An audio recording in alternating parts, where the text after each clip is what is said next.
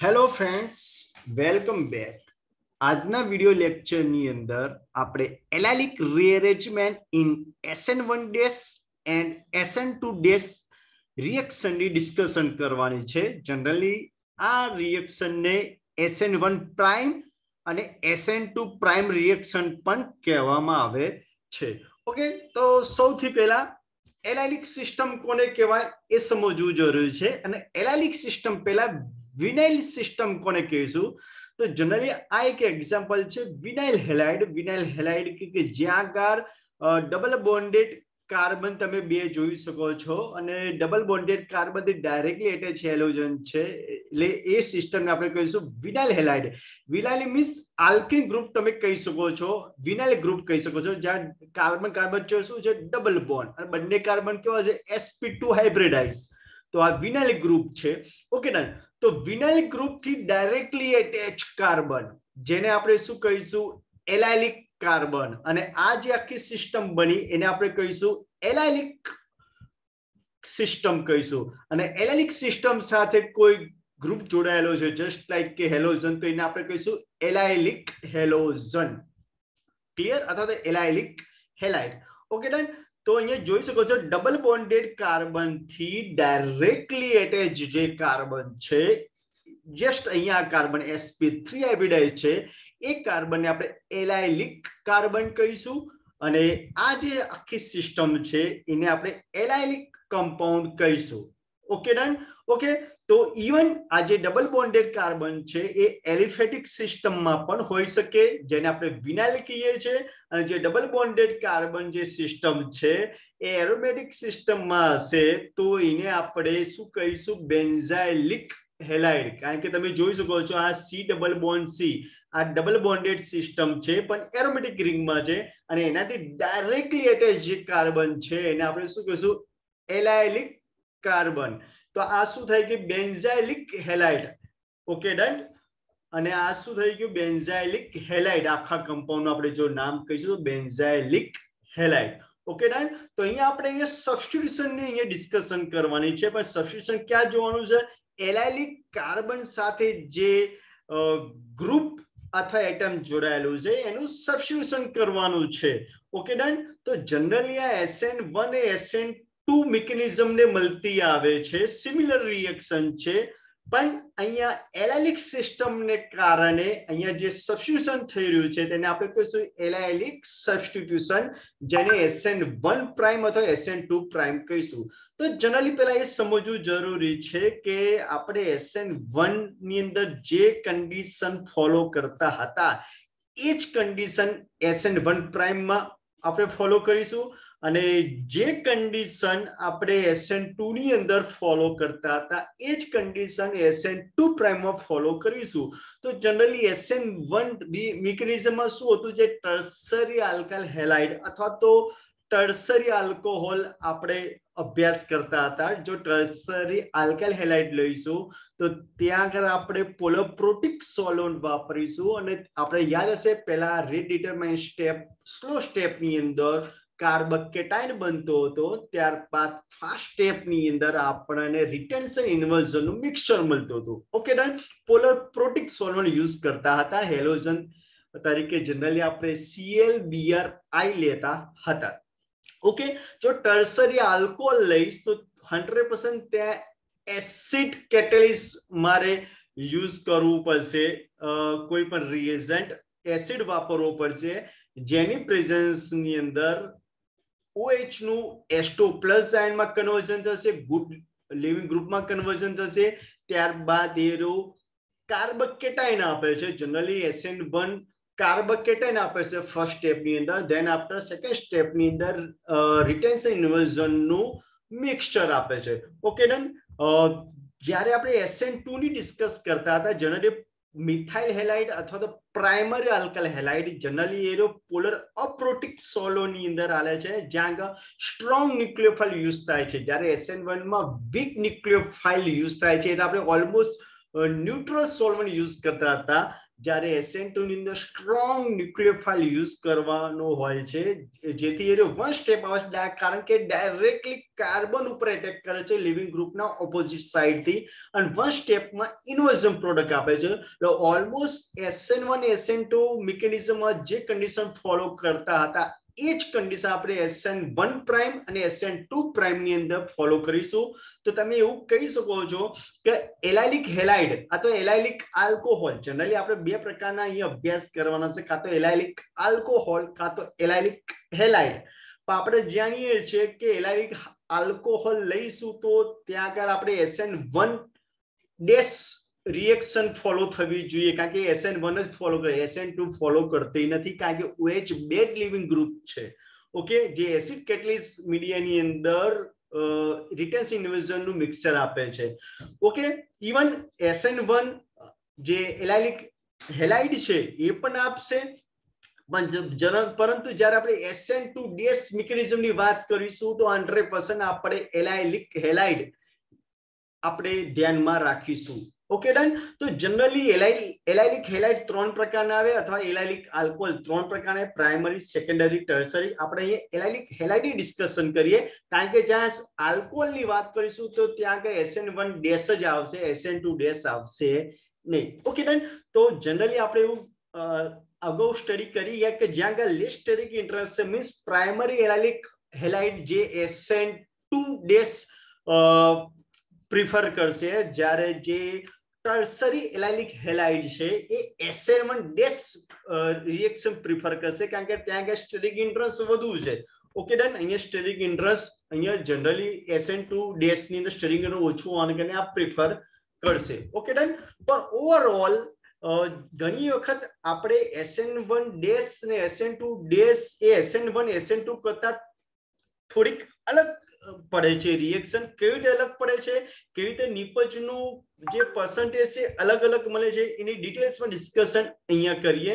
તો સૌથી પહેલા આપણે એલાઇલિક આલ્કોહોલ લઈ લઈએ, SN1 ડેશ મિકેનિઝમ, જેને SN1 પ્રાઇમ કહેવામાં આવે છે, જેને ક્રોટોનાઇલ આલ્કોહોલ પણ કહી શકો, અથવા તો અને તમે બ્યુ2-ઇન-1 ઓલ પણ કહી શકો, અથવા તો જે OH ગ્રુપ છે પ્રાઇમરી કાર્બન સાથે જોડાયેલો છે, પ્રાઇમરી એલાઇલિક આલ્કોહોલ પણ શબ્દ તમે વાપરી શકો, કારણ કે એલાઇલિક આલ્કોહોલ છે આ વિનાઇલ સિસ્ટમ છે, વિનાઇલ સિસ્ટમ થી ડાયરેક્ટલી એટેચ કાર્બન, યાની કે આપણને એલાઇલિક કાર્બન થયો, આપણને એલાઇલિક કાર્બન, પરંતુ આપણા ધ્યાનમાં આ એલાઇલિક કાર્બન હોવું જોઈએ, કારણ કે આ કાર્બન સાથે જોડાયેલો અહીંયા લિવિંગ ગ્રુપ છે અને એનું સબસ્ટિટ્યુશન કરવાનું છે. ઓકે, તો જનરલી એસિડ યુઝ થાય છે, આલ્કોહોલ હોય ત્યાં આગળ, આલ્કોહોલ હશે તો 100% SN1 ડેશ મિકેનિઝમ જ રન થશે અહીંયા. તો HBr એસિડ છે, તો જનરલી તેમાંથી બે પ્રકારની પ્રોડક્ટનું ફોર્મેશન થશે. એક પ્રોડક્ટ જસ્ટ આ રીતની હશે કે જે જગ્યાએ લિવિંગ ગ્રુપ એટેચ છે એ રિએક્શન સેન્ટર સાથે, અને બીજી પ્રોડક્ટ જસ્ટ આ રીતે મળશે, જેને રીઅરેન્જ પ્રોડક્ટ પણ કહેવામાં આવે છે. Okay done. તો સૌથી પહેલા મોટો ક્વેશ્ચન છે કે આ જે રિએક્શન સેન્ટર સાથે જે લિવિંગ ગ્રુપ જોડાયેલો હતો એની સાથે જો અહીંયા જોડાય છે Br, એ મેજર શા માટે છે અને માઇનોર શા માટે છે, અને શા માટે બે પ્રોડક્ટ મળી. જનરલી સબસ્ટિટ્યુશન રિએક્શનમાં જે રિએક્શન સેન્ટર સાથે જ્યાં કે લિવિંગ ગ્રુપ જોડાયેલો છે ત્યાં તમારો ન્યુક્લિયોફાઇલ એટેક કરે છે, કારણ કે આ કાર્બન છે એ ઇલેક્ટ્રોડેફિશિયન્ટ હોય છે એટલા માટે. પણ પરંતુ જ્યાં આગળ એલાઇલિક સિસ્ટમ પ્રેઝન્ટ હોય છે તો ત્યાં આગળ બે પ્રોડક્ટ મળવાની શક્યતા હોય છે, એટલે જ માટે આ પ્રકારની રિએક્શન રિજિયો સિલેક્ટિવ રિએક્શન પણ કહેવામાં આવે છે, કે જ્યાં આગળ એક જ મોલેક્યુલમાંથી બે અલગ અલગ આલ્કીન મળવાની શક્યતા હોય છે. ઓકે, તો મિકેનિઝમ ચેક કરીએ. મિકેનિઝમમાં શું હશે, સૌપ્રથમ પ્રોટોનાઇલ આલ્કોહોલની એસિડની પ્રેઝન્સમાં રિએક્શન કરતા એ H+ એક્સેપ્ટ કરે છે ઓક્સિજન પોતાની લોન પેર લોસ કરીને, તો અહીંયા તમે H2O પ્લસમાં કન્વર્ઝન થાય છે. આમ તો OH એ બેડ લિવિંગ ગ્રુપ છે, પરંતુ જ્યારે H+ આયન એક્સેપ્ટ કરીને H2O પ્લસ આયનમાં કન્વર્ટ થાય છે ત્યારે ગુડ લિવિંગ ગ્રુપની અંદર કન્વર્ટ થાય છે. કાર્બન કરતા ઓક્સિજન ઇલેક્ટ્રોનેગેટિવ વધુ હોવાને કારણે તમે અહીંયા જોઈ શકો છો હાઈલી અનસ્ટેબલ બોન્ડ બનાવે છે, જેના કારણે OH2+ એ ઇલેક્ટ્રોન લઈને સિસ્ટમમાંથી એક્ઝિટ થશે અને આ કાર્બન ઉપર પોઝિટિવ ચાર્જ ક્રિએટ કરશે. જનરલી આ કાર્બન આપણે પ્રાઇમરી કાર્બન કેટાયન કહીએ છીએ. હવે તમે એ જોઈ શકો કે એલાઇન સિસ્ટમ પ્રેઝન્ટ હોવાને કારણે જે પાઈ ઇલેક્ટ્રોન છે ડીલોકલાઇઝ થઈને મીન્સ આ ઇલેક્ટ્રોન છે આ ઇલેક્ટ્રો ડેફિશિયન્ટ છે, તો આ શું કરશે -5 ઇફેક્ટના આધારે આ પાઈ ઇલેક્ટ્રોન ડેન્સિટીને પોતાની તરફ એટ્રેક્ટ કરે, એટલે પાઈ ઇલેક્ટ્રોન જે છે પાઈ બોન્ડ એ ડીલોકલાઇઝ થઈ આ કાર્બન તરફ શિફ્ટ થશે. મીન્સ તો આ કાર્બન પોતાનો ઇલેક્ટ્રોન ગુમાવતો હોવાને કારણે હવે પોઝિટિવ ચાર્જ આ કાર્બન ઉપર ક્રિએટ થશે અને આ પાઈ બોન્ડ જે અહીંયા હતો એ શિફ્ટ થઈને આ બે carbon means C1 C2 carbon વચ્ચે શિફ્ટ થશે.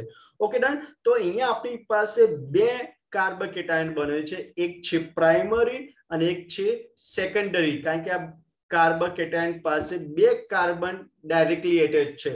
તો રૂલ્સ એ કહે છે કે જે કાર્બન કેટાયનની સ્ટેબિલિટી વધુ હશે મીન્સ પહેલા tertiary carbon cation than after secondary than after primary, તો એ રૂલ્સ પ્રમાણે તો આ કાર્બન કેટાયન સાથે જો ન્યુક્લિયોફાઇલ જોડાય તો એ પ્રોડક્ટ મેજર હોવી જોઈએ. બટ અહીંયા કોન્સેપ્ટ એરો ટોટલી ઓપોઝિટમાં આવશે. અહીંયા કોન્સેપ્ટ શું છે, અહીંયા કોન્સેપ્ટ એ રહ્યો છે કે જ્યાં આગળ લેસ સ્ટેરિક ઇન્ટરેસ્ટ હશે, જ્યાં આગળ લેસ સ્ટેરિક ઇન્ટરેસ્ટ હશે અથવા જે કાર્બન કેટાયન લેસ સબસ્ટિટ્યુટેડ હશે એ કાર્બન કેટાયન સાથે તમારો ન્યુક્લિયોફાઇલ જોડાશે. Okay done. તો આ કાર્બન તમે જોઈ શકો છો લેસ સબસ્ટિટ્યુટેડ છે, यानी कि અહીંયા સ્ટેરિક ઇન્ટરેસ્ટ સૌથી ઓછું છે અને આ કાર્બન કેટાયન સાથે જો ન્યુક્લિયોફાઇલ જોડાશે તો જસ્ટ 1 બ્રોમો બ્યુટ 2 ઇન પ્રોડક્ટ મળશે જે આપણી મેજર પ્રોડક્ટ હશે. જ્યારે આ કાર્બન છે એ આની કમ્પેરમાં સ્ટેરિક ઇન્ટરેસ્ટ વધુ બતાવે છે, મીન્સ અહીંયા ન્યુક્લિયોફાઇલ એટેક કરવાની પોસિબિલિટી ઓછી છે. Okay done. તો આ તમારે એ પર્ટિક્યુલર કેસની અંદર ધ્યાનમાં આપવું પડશે કે જ્યારે એલાયલિક કાર્બન કેટાયન બે પ્રકારના હોય અને એની અંદર તમારે પર્ટિક્યુલર કોઈ એલાયલિક કાર્બન કેટાયન સિલેક્ટ કરવો હોય ન્યુક્લિયોફાઇલ એટેક કરવા માટે, તો એ કન્ડિશનમાં તમારે જે કાર્બન કેટાયન પાસે લેસ સ્ટેરિક ઇન્ટરેસ્ટ છે એ કોન્સેપ્ટના આધારે જ તમારી જે પ્રોડક્ટ મળશે એ મેજર હશે. Okay done. તો અહીંયા તમે જોઈ શકો છો બે કાર્બન ઉપર પોઝિટિવ ચાર્જ ક્રિએટ થતો હોવાથી અહીંયા રેઝોનન્સ થતું હોવાથી અહીંયા રેઝોનન્સ હાઇબ્રિડ સ્ટ્રક્ચર તમને મળે છે. અને રેઝોનન્સ હાઇબ્રિડ સ્ટ્રક્ચરમાં તમે જોયો C1 અને C3 કાર્બન ઉપર પાર્શિયલ પોઝિટિવ ચાર્જ ક્રિએટ થાય છે. એટલા જ માટે તમારો જે ન્યુક્લિયોફાઇલ છે C1 કાર્બન અને C3 કાર્બન બંને કાર્બન ઉપર એટેક કરવાની પોસિબિલિટી બતાવે છે. પણ મેજર પ્રોડક્ટ તો એ જ મળશે કે જ્યાં કા લેસ સ્ટેરિક હિન્ડ્રન્સ હશે, લેસ સબસ્ટિટ્યુટેડ કાર્બન કેટાયન હશે. Okay done. તો નોર્મલી SN1 મિકેનિઝમની કમ્પેરમાં SN1 ડેશ મિકેનિઝમનો રેટ ઓફ રિએક્શન વધુ છે કારણ કે રેઝોનન્સ હાઇબ્રિડ સ્ટ્રક્ચર આપે છે અને રેઝોનન્સ હાઇબ્રિડ સ્ટ્રક્ચરને હું જસ્ટ આ રીતે બતાવી શકું છું. આ 1 2 3 આ ત્રણેય કાર્બન તમે 2p ઓર્બિટલ્સ તમે જોઈ શકો છો. ત્રણેય કાર્બન 2p ઓર્બિટલ્સ પ્લેનર ફોર્મમાં હોય છે અને સાઈડમાંથી રેઝોનન્સ કરતું હોવાથી એ પ્રોડક્ટ એ હાઇબ્રિડ સ્ટ્રક્ચર મીન્સ કાર્બન કેટાયનની સ્ટેબિલિટી વધારે છે. એ જે નોર્મલ કાર્બન કેટાયન બને છે SN1 માં એની કમ્પેરમાં SN1 ડેશમાં જે એલાયલિક કાર્બન કેટાયન બને છે એની સ્ટેબિલિટી વધુ હોય છે due to conjugated p orbital system. અથવા તમે એવું કહી શકો છો કે જે 2p ઓર્બિટલ્સની જે ઓવરલેપિંગના કારણે એ કાર્બન કેટાયનની સ્ટેબિલિટીમાં વધારો કરે છે એટલા માટે. Okay done. તો જનરલી રેઝોનન્સ કેવા કેસમાં થાય છે, તો એક કેસની અંદર જો પાઈ સિસ્ટમની જોડે વેકન્ટ p ઓર્બિટલ હોય, પાઈ સિસ્ટમની જોડે હાફ ફિલ ઓર્બિટલ હોય, ઇવન પાઈ સિસ્ટમની જોડે ફિલ p ઓર્બિટલ્સ હોય, means vacant means carbon cation, half fill or electron means તમે ફ્રી રેડિકલ વાપરી શકો, fill orbital means negative charge ધરાવતો એટમ. Okay done. તો આ કેસમાં રેઝોનન્સ થાય છે. Okay done. અને પર્ટિક્યુલર SN1 ડેશની અંદર 2p ઓર્બિટલ્સ જે ત્રણેય પ્લેનર ફોર્મમાં હોય છે અને સાઈડમાંથી ઓવરલેપ થવાને કારણે એ એલાયલિક સિસ્ટમની જે કહેવાય સ્ટેબિલિટી વધારે છે જેથી ત્યાં આગળ રેટ ઓફ રિએક્શન વધુ હોય છે. તો ફરીથી અહીંયા એક વખત આ જે પ્રોડક્ટ આપણી મળી એ પ્રોડક્ટ આપણી કેવી છે, મેજર પ્રોડક્ટ છે. અને જનરલી આ પ્રોડક્ટ જે છે SN1 મિકેનિઝમ પ્રમાણે જ મળે છે કે જ્યાં આગળ તમારું રિએક્શન સેન્ટર એટલે યાની કે આ રહ્યું જ્યાં આગળ તમારો લિવિંગ ગ્રુપ જોડાયેલો હતો ત્યાં આગળ જો તમને તમારો એટેકિંગ ન્યુક્લિયોફાઇલ જોડાય છે તો SN1 મિકેનિઝમ પ્રમાણે છે.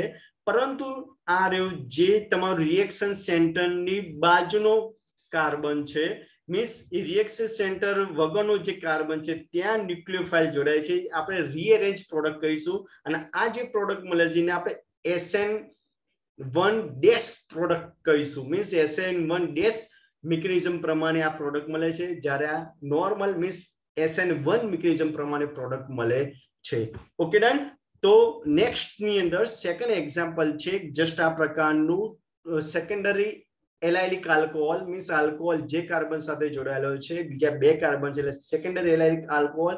એના આપણે બીજું નામ કહીએ તો બ્યુટ 3-in-2-ol અથવા તો એને મિથાઇલ એલાઇલિક આલ્કોહોલ પણ કહી શકીશું.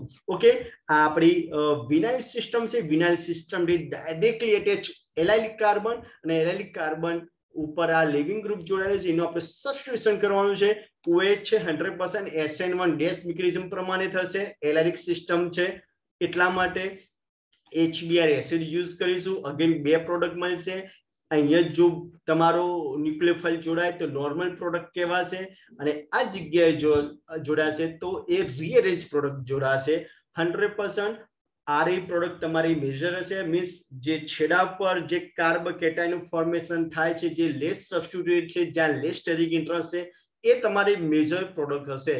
તો આ રિજલ સિલેક્ટિવ રિએક્શન ની અંદર એક વસ્તુ યાદ રાખ, જ્યારે એલાઇલિક કાર્બોકેટાયન ની વાત આવે તો એવો જ એલાઇલિક કાર્બોકેટાયન સ્ટેબલ પ્રોડક્ટ આપશે, ડાયનેમિકલી સ્ટેબલ પ્રોડક્ટ આપશે કે જે લેસ સ્ટેરિક ઇન્ટરેસ્ટ ધરાવતો હશે. પર્ટિક્યુલર આ કેસની અંદર એલાઇલિક કાર્બોકેટાયન કેસની અંદર તો મિકેનિઝમની અંદર અગેન ફરીથી H+ આયન એક્સેપ્ટ કરે છે આલ્કોહોલ, H2+ આયનમાં કન્વર્ટ થાય છે. ગુડ લિવિંગ ગ્રુપમાં H2+ આયન સિસ્ટમમાં એક્ઝિટ થશે, કાર્બોકેટાયન બને. નો ડાઉટ આ સેકન્ડરી કાર્બોકેટાયન છે. ત્યારબાદ રેઝોનન્સ થશે, જે એલાઇલિક સિસ્ટમ જે છે આ બાજુ શિફ્ટ થશે, પાઈ બોન્ડ આ બાજુ શિફ્ટ થશે અને જસ્ટ આ રીતે કાર્બોકેટાયન બનશે. આ પ્રાઇમરી છે, આ સેકન્ડરી છે.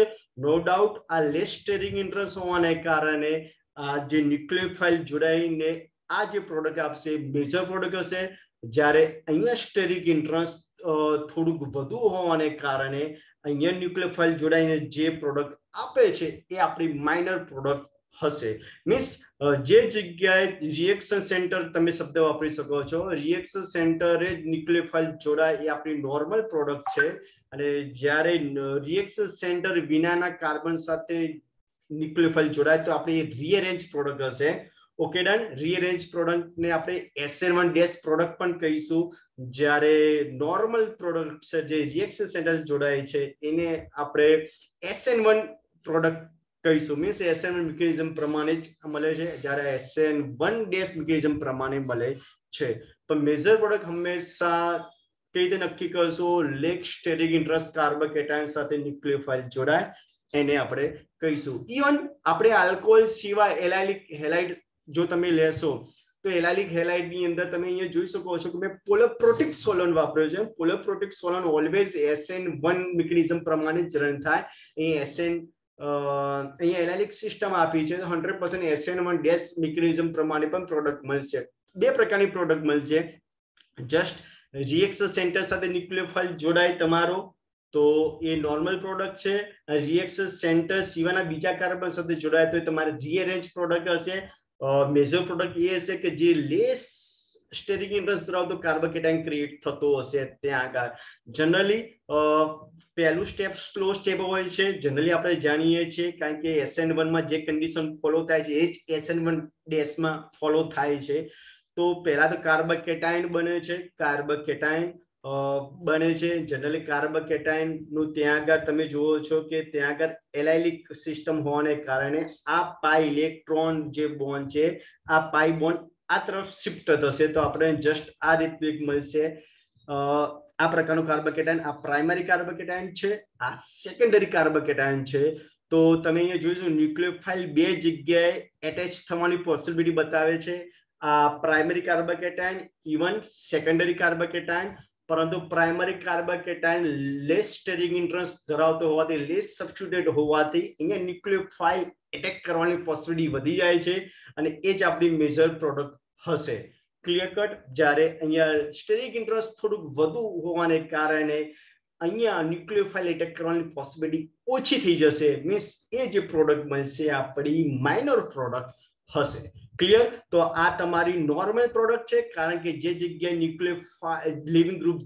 હતો એ જ જગ્યાએ ન્યુક્લિયોફાઇલ જોડાય છે આ નોર્મલ છે પરંતુ જે જગ્યાએ તમારું લિવિંગ ગ્રુપ જોડાયો હતો એની બીજા કાર્બન ઉપર એ કાર્બન નહીં પરંતુ બીજા કાર્બન ઉપર ન્યુક્લિયોફાઇલ એટેક કરતો હોવાથી આ તમારી રીઅરેન્જ પ્રોડક્ટ થશે મીન્સ તમે SN1- પ્રોડક્ટ કહી શકો છો ઓકે ડન ઇવન આપણી પાસે સિમ્પલ સમજવા માટે બીજા બે એક્ઝામ્પલ છે એક છે જસ્ટ આ પ્રકારનો એક કોઈ મોલિક્યુલ છે આપણી પાસે તમે અહીંયા જોઈ શકો છો કે આપણો આ રિએક્શન સેન્ટર છે આ લિવિંગ ગ્રુપ છે અહીંયા એલાઇલિક સિસ્ટમ છે તમે અહીંયા જોઈ શકો છો ઓકે તો અહીંયા હું નોર્મલ પોલોપ્રોટિક સોલ્વન્ટ વાપરું તો 100% SN1 મિકેનિઝમ પ્રમાણે થશે SN1- પ્રમાણે મિકેનિઝમ પ્રમાણે થશે તો 100% પહેલા કાર્બોકેટાયન બને છે લિવિંગ ગ્રુપ સિસ્ટમમાંથી એક્ઝિટ થાય છે કાર્બોકે એલાઇલિક સિસ્ટમ હોવાને કારણે અહીંયા જે છે એલાઇલિક સિસ્ટમનું જે છે એલાઇલિક અહીંયા શિફ્ટ થશે આ બાજુ જસ્ટ તો અહીંયા આપણે કાર્બોકેટાયન બને જનરલી આ ટર્સરી કાર્બોકેટાયન છે આ પ્રાઇમરી કાર્બોકેટાયન છે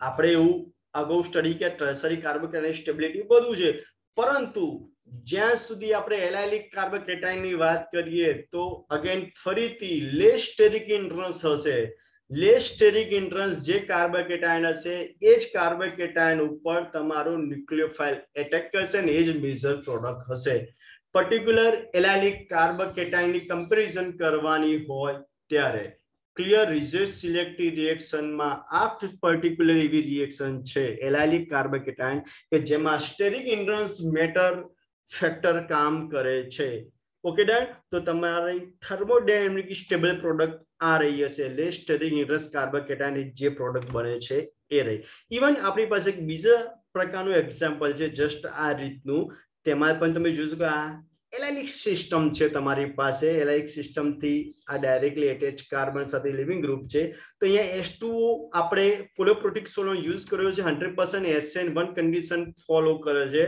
તો પહેલા લિવિંગ ગ્રુપ બનશે જસ્ટ એક અહીંયા કાર્બોકેટાયન બનશે અને એક કાર્બોકેટાયન અહીંયા બનશે તો તમે અહીંયા જોઈ શકો છો બે અલગ અલગ આપણે પ્રોડક્ટ અહીંયા બતાવી છે પણ જે આ પ્રોડક્ટ છે મેજર હશે મેજર એટલા માટે હશે કે કારણ કે આ લેટ્સ સ્ટેરિક ઇન્ટરેસ્ટ ધરાવતું કાર્બોકેટાયન છે જ્યારે આ વધુ સ્ટેરિક ઇન્ટરેસ્ટ ધરાવતું કાર્બોકેટાયન ફોર્મેશન થાય છે એટલે આમાંથી જે નિપજ અહીંયા જે ન્યુક્લિયોફાઇલ એટેક થવાની જે પોસિબિલિટી છે એકદમ ઓછી હશે ક્લિયર ઇવન તમે અહીંયા બીજું પણ રીઝન દઈ શકો છો કે અહીંયા તમે જોઈ શકો ફિનાઇલ રિંગની અંદર double bond single bond double bond યાની કે અહીંયા જે ડબલ બોન્ડ છે કોન્જ્યુગેટ સિસ્ટમની અંદર છે અને કોન્જ્યુગેટ સિસ્ટમના હોવાને કારણે જે પ્રોડક્ટની જે સ્ટેબિલિટી છે એ સ્ટેબિલિટી વધારે તમે એવું કહી શકો થર્મોડાયનેમિકલી જે સ્ટેબલ પ્રોડક્ટની વાત કરો તો એ આ રહી હોવી જોઈએ ક્લિયર કટ થઈ ગયું વસ્તુ જ્યારે અહીંયા જે છે double bond single bond means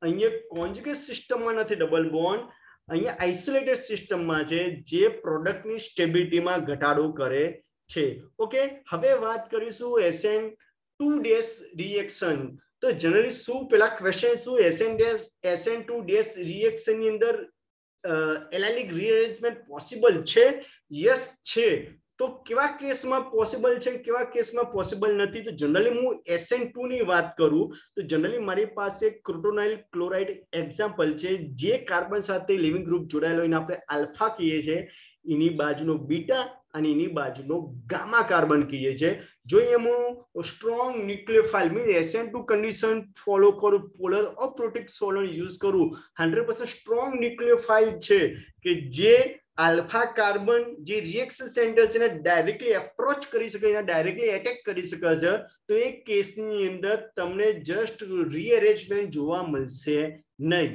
ફરીથી કહું છું, એવા કેસની અંદર જ્યાં આગળ તમે સ્ટ્રોંગ ન્યુક્લિયોફાઇલ વાપરો છો ને એવો ન્યુક્લિયોફાઇલ છે જે રિએક્શન સેન્ટર યાની કે આલ્ફા કાર્બન ડાયરેક્ટલી એટેક કરી શકે છે, એ કેસની અંદર મીન્સ અહીંયા કોઈ પણ પ્રકારનો સ્ટેટિક ઇન્ટરેસ્ટ એવો નથી કે ના સ્ટેટિક ઇન્ટરેસ્ટ એટેકિંગ ન્યુક્લિયોફાઇલમાં છે, તો કોઈ જોવા મળતો નથી. તો એવા કેસમાં તમારો સ્ટ્રોંગ ન્યુક્લિયોફાઇલ ડાયરેક્ટલી રિએક્શન સેન્ટર પર એટેક કરી તમને વિસ્થાપિત નિપજ આપશે.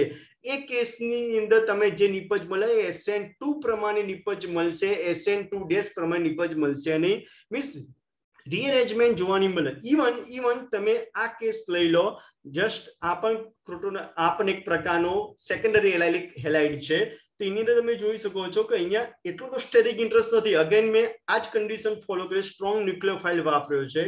NOH KOH માંથી જે ન્યુક્લિયોફાઇલ ક્રિએટ થાય છે, સ્ટ્રોંગ ન્યુક્લિયોફાઇલ ક્રિએટ થતું હોય છે, એ જનરલી આલ્ફા કાર્બન ઉપર એટેક કરે છે જે કાર્બન સાથે લિવિંગ ગ્રુપ જોડાયેલો છે.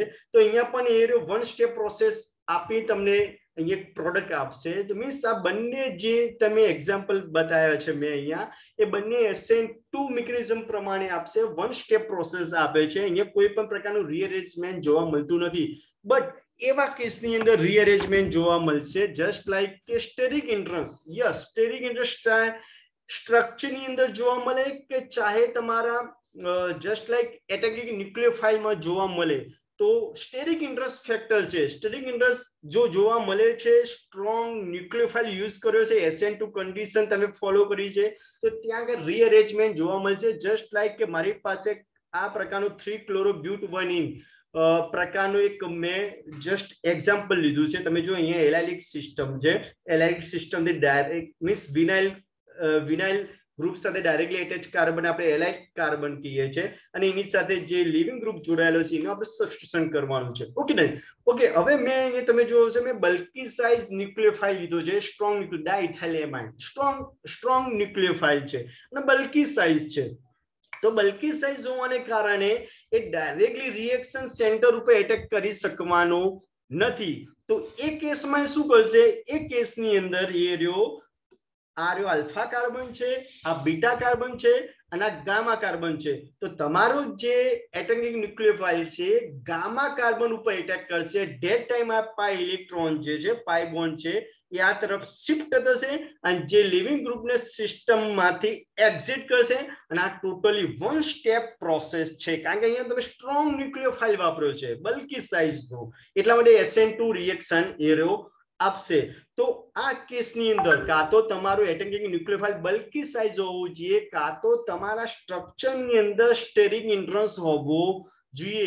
એ કેસની અંદર ચાહે સ્ટેરિક ઇન્ટરેસ્ટ જસ્ટ લાઈક કે તમારા લિવિંગ ગ્રુપમાં સ્ટેરિક ઇન્ટરેસ્ટ હોવું જોઈએ. ઇવન જે આલ્ફા કાર્બન છે એ આલ્ફા કાર્બનની આસપાસ સ્ટેરિક ઇન્ટરેસ્ટ હોવો જોઈએ, જેથી કરી એ ગામા કાર્બન ઉપર એટેક કરી અને ત્યાં આગળ એલાઇલિક રીઅરેન્જમેન્ટ જોવા મળશે, જેથી કરી લિવિંગ ગ્રુપ વન સ્ટેપમાં રિમૂવ થઈ તમને પ્રોડક્ટ આપશે. ક્લિયર કટ થઈ ગયું? Okay, done. જસ્ટ લાઈક મારી પાસે એક એક્ઝામ્પલ જસ્ટ આ રહ્યું છે, તમે જોઈ શકો છો. આ આલ્ફા કાર્બન છે, આલ્ફા કાર્બન પાસે મેં બે બલ્કી ગ્રુપ મિથાઇલ ગ્રુપ લીધા છે. તમારે સ્ટ્રોંગ ન્યુક્લિયોફાઇલ છે, OH જનરલી રિએક્શન સેન્ટર સુધી પહોંચી શકે કારણ કે સ્ટેરિક ઇન્ટરેસ્ટ છે. જ્યારે આ રે એલેક્સ સિસ્ટમ તમે જોઈ શકો છો, જસ્ટ આ રે આ કોઈ પાઈ બોન્ડ નથી. ઓકે, તો તમારો જે ન્યુક્લિયોફાઇલ છે એ આ પાઈ સિસ્ટમ પર એલાઇલિક સિસ્ટમ પર એટેક કરશે અને આ પાઈ બોન્ડ આ તરફ શિફ્ટ થઈ અને વન સ્ટેપની અંદર લિવિંગ ગ્રુપના સિસ્ટમમાંથી એક્ઝિટ કરશે. જસ્ટ આ પ્રકારની તમને પ્રોડક્ટ મળશે. ઇન શોર્ટ કહેવાનું સ્ટેરિક ઇન્ટરેસ્ટ સ્ટ્રક્ચરમાં હોય, ઇવન સ્ટેરિક ઇન્ટરેસ્ટ એટલે ન્યુક્લિયોફાઇલમાં હોય અને તમે SN2 કન્ડિશન ફોલો કરી છે, તો એવા કેસની અંદર જ SN2- પ્રાઇમ મિકેનિઝમ પ્રમાણે પ્રોડક્ટ મળશે. અધરવાઇઝ જો કોઈ સ્ટેરિક ઇન્ટરેસ્ટ જોવા નથી મળતો તો 100% એ એલાઇલિક હેલાઇડ તમને SN2 મિકેનિઝમ પ્રમાણે જ પ્રોડક્ટ આપશે, SN2- મિકેનિઝમ પ્રમાણે પ્રોડક્ટ આપશે નહીં. ઓકે, હવે એક લાસ્ટ પોઈન્ટ એ રહ્યો છે કે જે SN2- મિકેનિઝમની અંદર જે એલાઇલિક હેલાઇડ જે છે એનો જે રેટ ઓફ રિએક્શન ખૂબ વધુ હોય છે નોર્મલ SN2 મિકેનિઝમની અંદર જે જોવા મળે છે એની કમ્પેરમાં. તો શા માટે જસ્ટ આ રીતનું થતું હોય છે? કારણ કે SN2 મિકેનિઝમ એટલે કે generally methyl chloride, ethyl chloride, primary alkyl halide. જ્યારે આ પ્રાઇમરી એલાઇલિક હેલાઇડ ની અંદર જે SN2 મિકેનિઝમની વાત, SN2 ડેશ મિકેનિઝમ, અથવા તમે એવું કહી શકો છો કે એલાઇલિક હેલાઇડ ની અંદર રેટ ઓફ રિએક્શન વધુ હોય છે આલ્કાઇલ હેલાઇડ ની કમ્પેરમાં. કારણ કે એલાઇલિક હેલાઇડ ની અંદર અથવા એલાઇલિક સિસ્ટમ ની અંદર તમે અહીંયા જોઈ શકો છો કે આ કાર્બન કાર્બન વચ્ચે double bond means 2p2p orbital વચ્ચે ઓવરલેપિંગ ના કારણે પાઇ બોન્ડ નું ફોર્મેશન થાય છે. Okay done. હવે જ્યારે એલાઇલિક સિસ્ટમ ની અંદર તમે પર્ટિક્યુલર હું એલાઇલિક સિસ્ટમની વાત કરું, જ્યારે એનું આપણે યાદ છે કે લીવિંગ ગ્રુપના ઓપોઝિટ ડાયરેક્શનથી ન્યુક્લિયોફાઇલ એટેક કરે છે. Okay done. તો એ તમે જોઈ શકો છો જ્યારે એલાઇલિક સિસ્ટમ પ્રેઝન્ટ હોય છે ત્યારે એ રહ્યો આ જે એમ્પ્ટી, કારણ કે ટ્રાન્ઝિશન સ્ટેટમાં કાર્બન sp2 હાઇબ્રિડાઇઝ મીન્સ એની એ વેકેન્ટ p ઓર્બિટલ ધરાવતો હોય છે. તો મીન્સ આ 2p ઓર્બિટલ જે છે એની પેરેલલ ગોઠવાઈ જાય છે આ sp2 હાઇબ્રિડાઇઝ કાર્બનની ઓર્બિટલ. ઓકે, જેના કારણે શું છે સાઈડમાંથી એ શું કરે છે એને ઓવરલેપ કરે છે, જેના કારણે શું કરે છે એ ટ્રાન્ઝિશન સ્ટેટની સ્ટેબિલિટીમાં વધારો કરે છે. જ્યારે આ પ્રકારનું જે આપણે ટ્રાન્ઝિશન સ્ટેટ નોર્મલ આલ્કાઇલ હેલાઇડની અંદર જોવા મળતું નથી. એટલા માટે એવું કહેવાય છે કે જો એલાઇલિક સિસ્ટમ હાજર છે તો એ કેસની અંદર એનો રેટ ઓફ રિએક્શન વધુ હશે નોર્મલ આલ્કાઇલ હેલાઇડની કમ્પેરમાં. Okay done. તો આપણે અહીંયા ટોટલ ડિસ્કસ કરી દીધી SN1 ડેશ પ્રાઇમ ક્યારે પોસિબલ બને અને SN2 ડેશ પ્રાઇમ રિએક્શન ક્યારે પોસિબલ બને. જો તમને આ વિડીયો ગમે તો લાઈક કરજો, સબસ્ક્રાઇબ કરજો અને મેક્સિમમ શેર કરજો. Okay, thank you.